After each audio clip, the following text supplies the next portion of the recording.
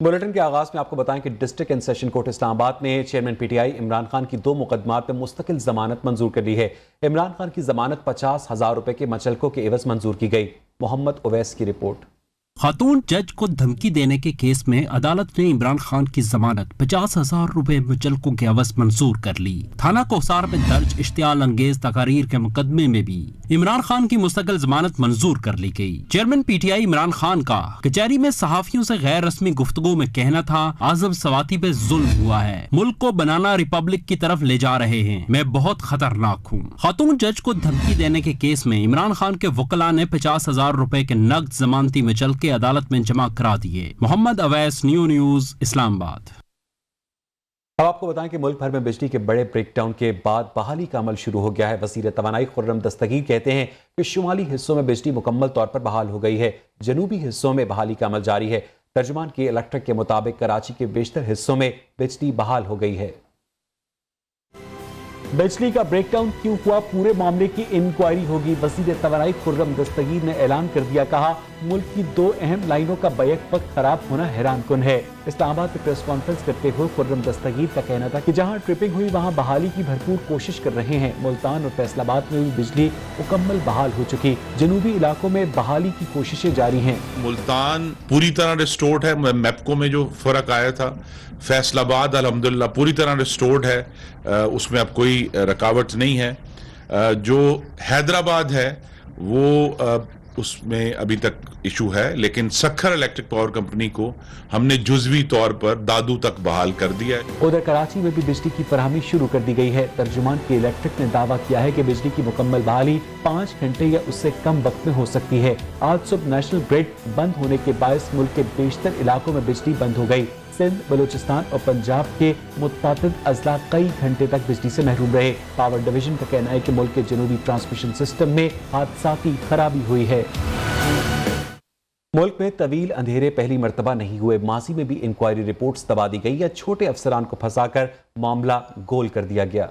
मुल्क में तवील अंधेरे, माजी में इंक्वायरी रिपोर्ट्स दबा दी गई या छोटे अफसरान को फंसाकर मामला किया गया गोल। 9 जनवरी 2021 को मुल्क में हुआ तवील ब्रेकडाउन। घंटों बिजली बंद रहने से मुल्क में बेचैनी की फजा रही। ऐसे में अफवाहों ने जन्म लिया, मगर उस वक्त की हुकूमत ने मामले को गोल करने में कोई कसर न छोड़ी। वजारत तवानाई ने अपने 7 एहलकारों को उसी रोज जिम्मेदार ठहराकर मुअत्तल कर दिया। ये तमाम मुलाजमीन गड्डू थर्मल पावर प्लांट में फराइज सर अंजाम दे रहे थे। मुअत्तल किए जाने वालों में 2 attendants, 2 operators, 1 foreman, junior engineer और एडिशनल प्लांट मैनेजर शामिल थे। लेकिन क्या किसी बड़े को सजा मिली? कोई बड़ा भी जिम्मेदार करार पाया? मामला चंद ही दिनों बाद फाइलों तक महदूद रह गया। इससे पहले परवेज मुशर्रफ के दौरे अमेरिका के दौरान भी मुल्क को तवील ब्रेकडाउन का सामना करना पड़ा। अब मुल्क के जनूबी हिस्से में ही एक मरतबा फिर बिजली के तरसीली निजाम में गड़बड़ हुई है। ऐसे में सवालात पैदा हो रहे हैं, मामले की मुकम्मल इंक्वायरी होगी या माजी की तरह कुछ सामने नहीं आ पाएगा?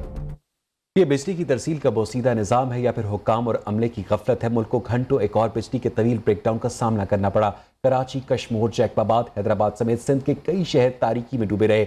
मुल्तान समेत पंजाब के भी कई शहरों में बिजली गायब हो गई। हुक्काम सिर्फ तसल्लियां देते रहे, वजह क्या है कुछ सामने ना आ सका। वफाकी हुकूमत ने हमेशा की तरह इंक्वायरी का ऐलान भी कर दिया। इसी हवाले से बात करने के लिए हमारे साथ मौजूद हैं के इलेक्ट्रिक ऑफिस कराची के बाहर मौजूद है हमारे नुमाइंदे राजा कामरान। राजा कामरान, बताइएगा, कराची में बिजली बहाल होना शुरू हुई है?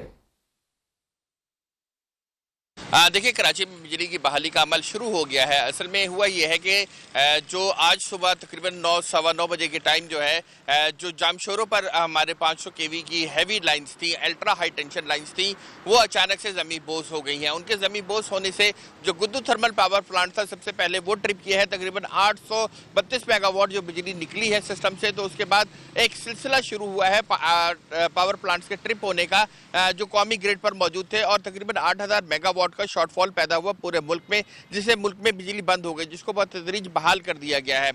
कराची में सूरत हाल ये थी कि कराची ने खुद को आइलैंड मोड पर कर दिया था और तमाम जो पावर प्लांट थे उसके आइलैंड मोड पर चले गए थे। ये एक नई टेक्नोलॉजी जो कि इलेक्ट्रिक ने अडॉप्ट की है। इससे होता ये है कि पावर प्लांट को जब भी फ्रिक्वेंसी में कोई बहुत बड़ी कमी या इजाफे का सामना होता है, तो वो खुद को खुदकार तौर पर जो है ग्रिड से अलग कर लेता है और आइलैंड मोड पर चला जाता है, जिससे पावर प्लांट झटका लगने से बंद नहीं होता, ना इस पर कोई फनी खराबी पैदा होती है। और ना ही इसको दोबारा स्टार्ट करने के लिए जो है घंटों की एक मशक जो दरकार होती है एक बड़े पावर प्लांट को चलाने के लिए वो करनी पड़ती है।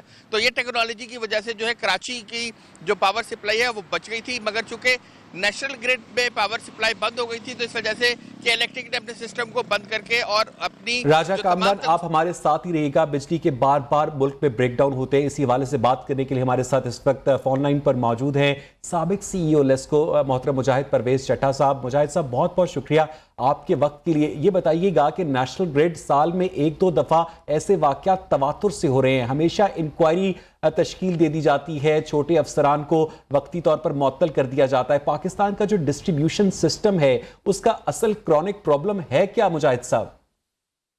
बिस्मिल्लाहिर्रहमानिर्रहीम, थैंक यू वेरी मच। असल में ये आज डिस्ट्रीब्यूशन सिस्टम का ये मसला नहीं, ये ट्रांसमिशन सिस्टम का मसला है।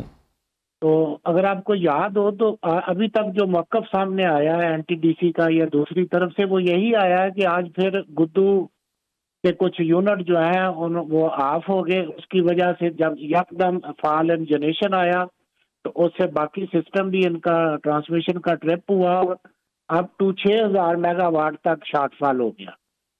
अगर आपको याद हो तो ये इसी जगह पे पिछले 2 साल में ये तीसरा इंसिडेंट है जी कि गुद्दू पे होता है, गुद्दू के बाद 7 ट्रांसमिशन लाइन ट्रिप करती हैं, यकदम जनरेशन इतनी नीचे आ जाती है कि पूरा मुल्क अफेक्ट हो जाता है।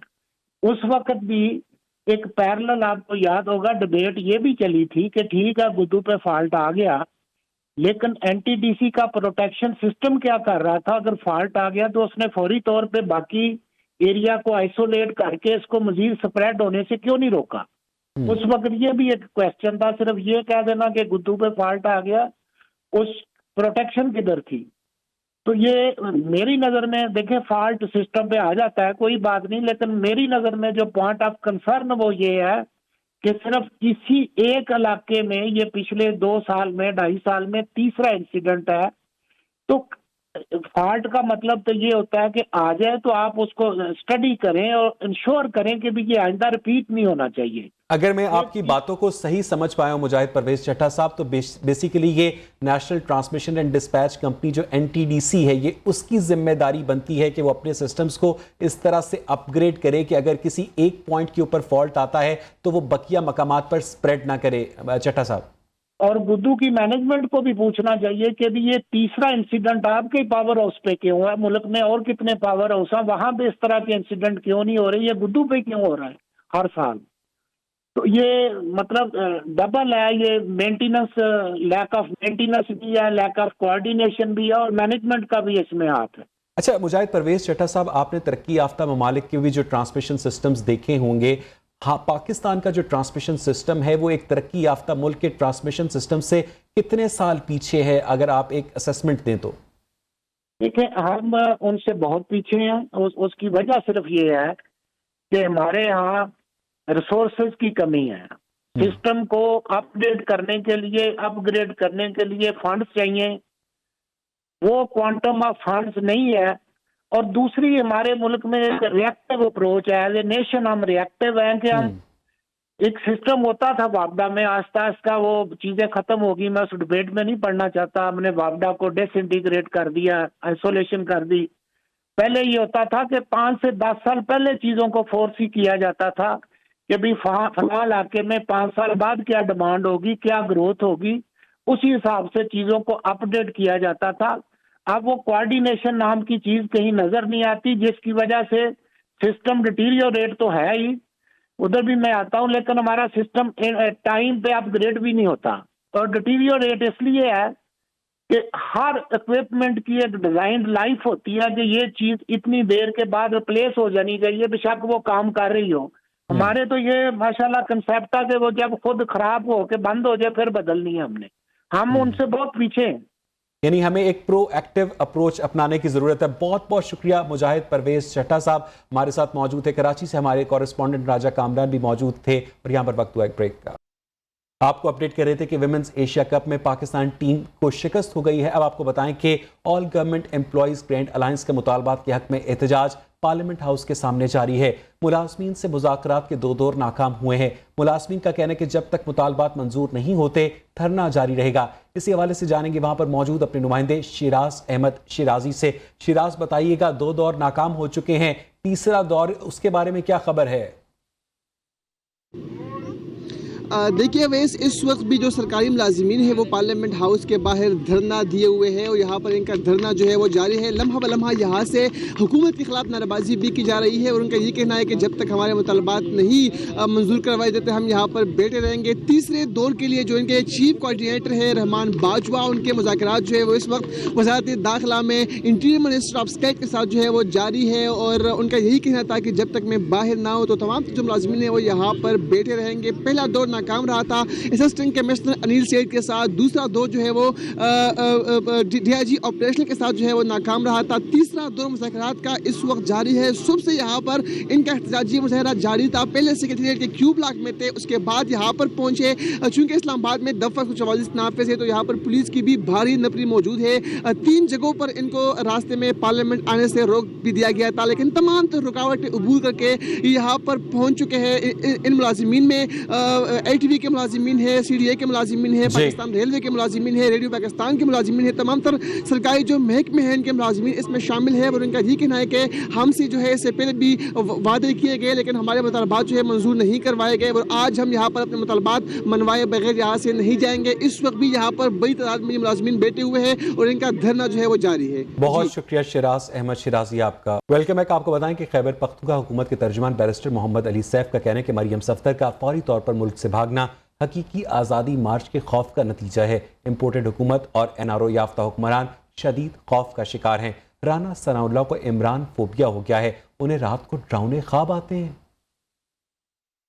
मरियम सफदर साहिबा मुल्क से फरार होकर बरतानिया पहुंच चुकी हैं। इनकी हुकूमत के दिन गिने जा चुके हैं। इमरान खान की हकीकी आज़ादी मार्च का खौफ इतना है कि राना सनाउल्लाह साहब को तो इमरानोफोबिया हो गया है और शायद रात को ख्वाब में भी डरावने ख्वाब भी उनको इमरान खान साहबी के और आज़ादी मार्च के ही आते हैं। इस 27 किलोमीटर के इलाके पर जो आपकी जेली हुकूमत है, इम्पोर्टेड हुकूमत है, साजिशी हुकूमत है, NRO याफ्ता हुकूमत है, इसके दिन अब गिने जा चुके हैं। चेयरमैन PTI इमरान खान चारसद्दा में जलसा आम से खिताब कर रहे हैं।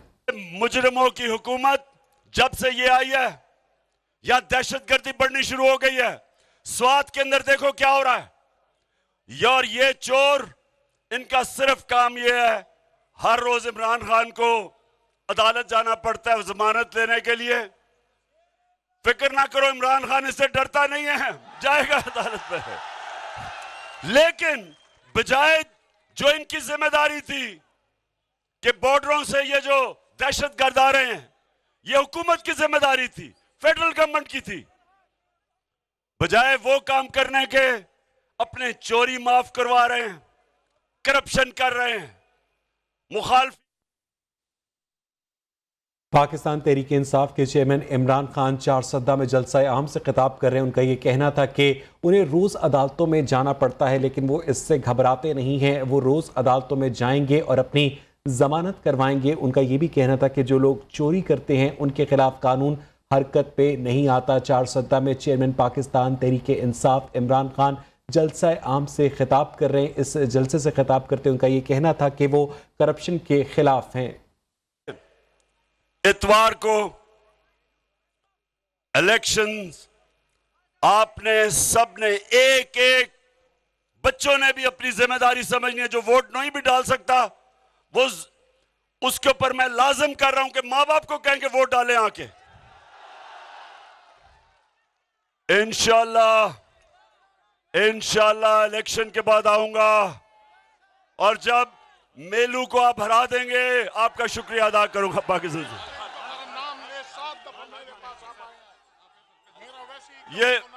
ये जो फजल खान आपकी जिम्मेदारी है। आपने सबको दिन रात निकालना है और इंशाल्लाह जिस तरह तुमने पहले हराया था उसी तरह लोगों की वोट आ रही है ताकि हम इंशाल्लाह जिताएं। हाँ अच्छा सुनो, अच्छा आप सारे हल्फ लोग हैं, सारे हाथ ऊपर, हाथ ऊपर, और टेलीविजन पे जो लोग हमें देख रहे हैं वो भी हमारे साथ शरीक हो जाएं। बिस्मिल्लाहिर्रहमानिर्रहीम। बाबा से बुलंद हम हल्फ उठाते हैं। फिर से 4 सदा, जरा मुझे आपकी आवाज आनी चाहिए। फिर से बिस्मिल्लाहिर्रहमानिर्रहीम। हम हल्फ उठाते हैं कि हम पाकिस्तान के आइन की हमेशा पासदारी करेंगे। हम पाकिस्तान की खुद मुख्तारी का तहफ़्फ़ुज़ करेंगे। चेयरमैन पीटीआई इमरान खान 4 सद्दा में जलसा आम में मौजूद हैं। इसके साथ ही 3 बजे के बुलेटिन में इतना ही। मज़ीद खबरों अपडेट्स के लिए देखते रहिए न्यू न्यूज़।